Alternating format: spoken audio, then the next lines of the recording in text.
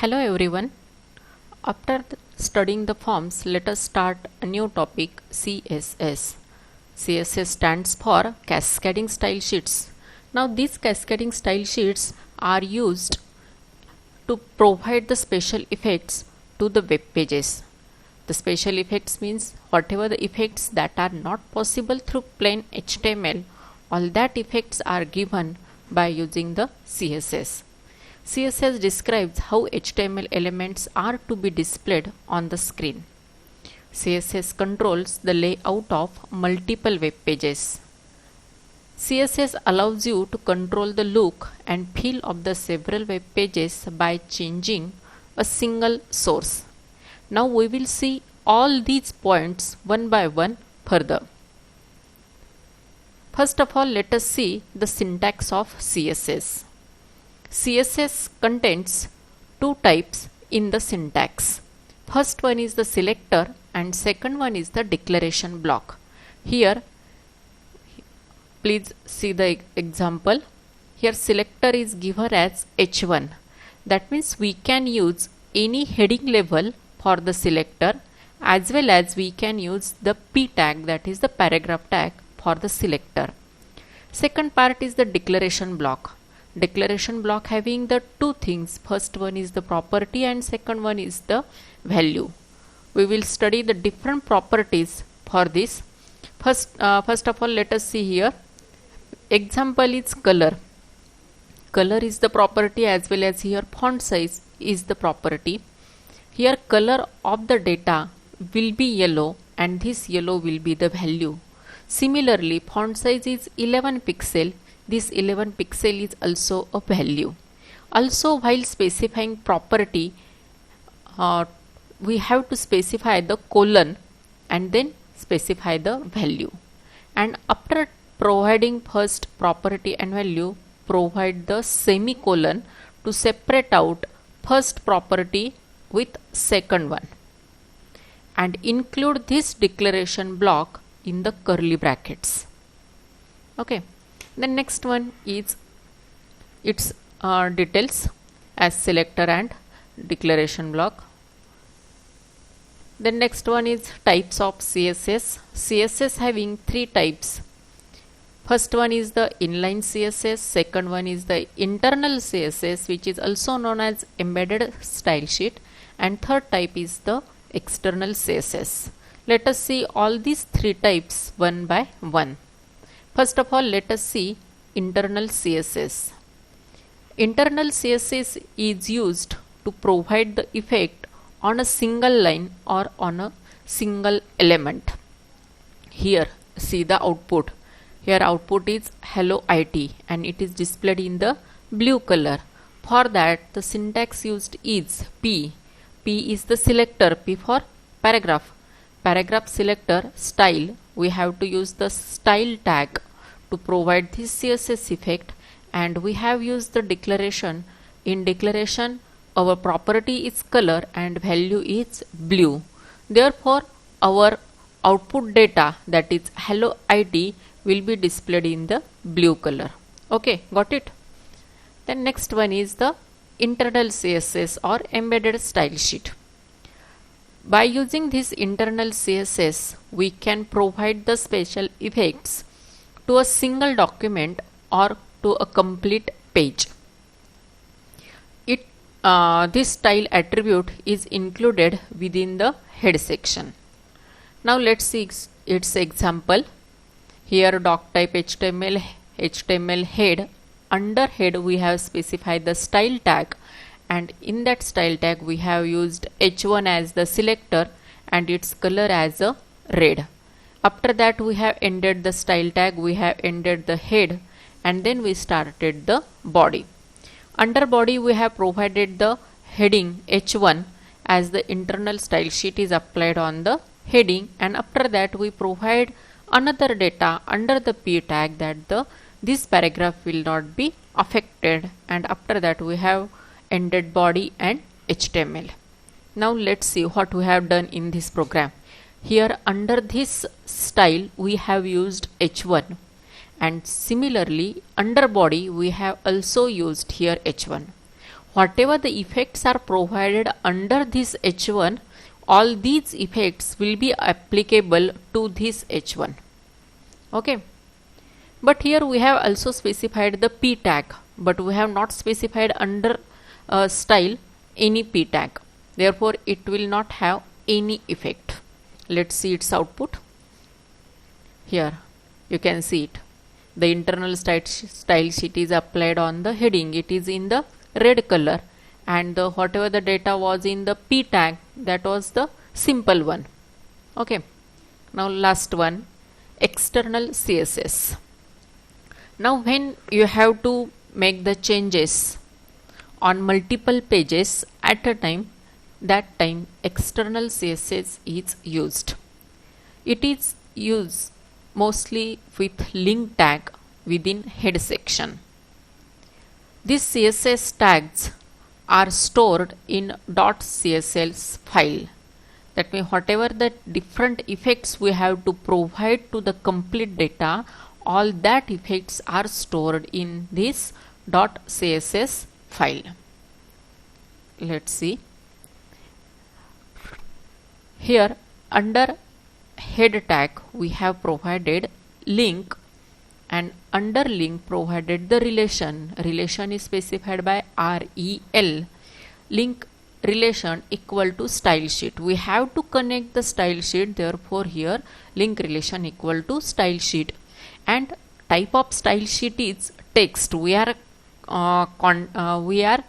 providing the effect on text, therefore we have used here text, and its main type or parent type is CSS. Therefore here after forward slash we have provided CSS. Okay, got this? Type equal to text slash CSS. It also means that CSS is of text type.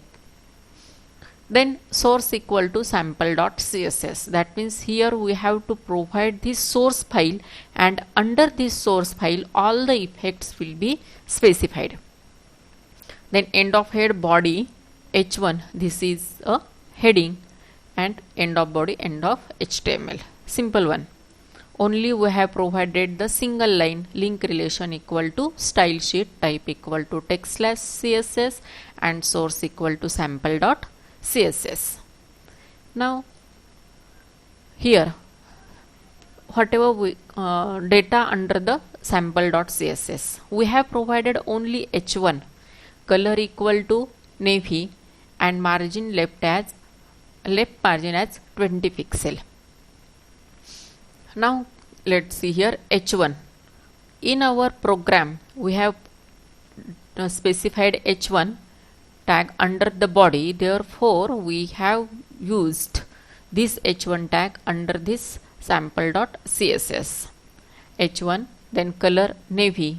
Here I have not used navy blue, therefore output is not in the blue color, it is unknown color, therefore it is taking the default color, that is the black, mostly black. Then margin left means distance from the left, that is the 20 pixel, and this is the final output.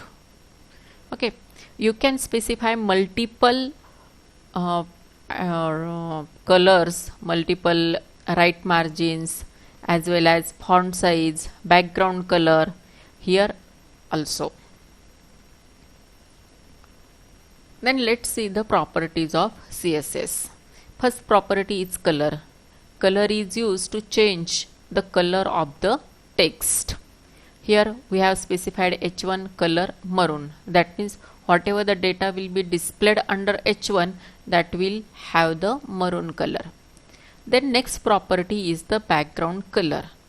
Background color provides the background color to the specific portion.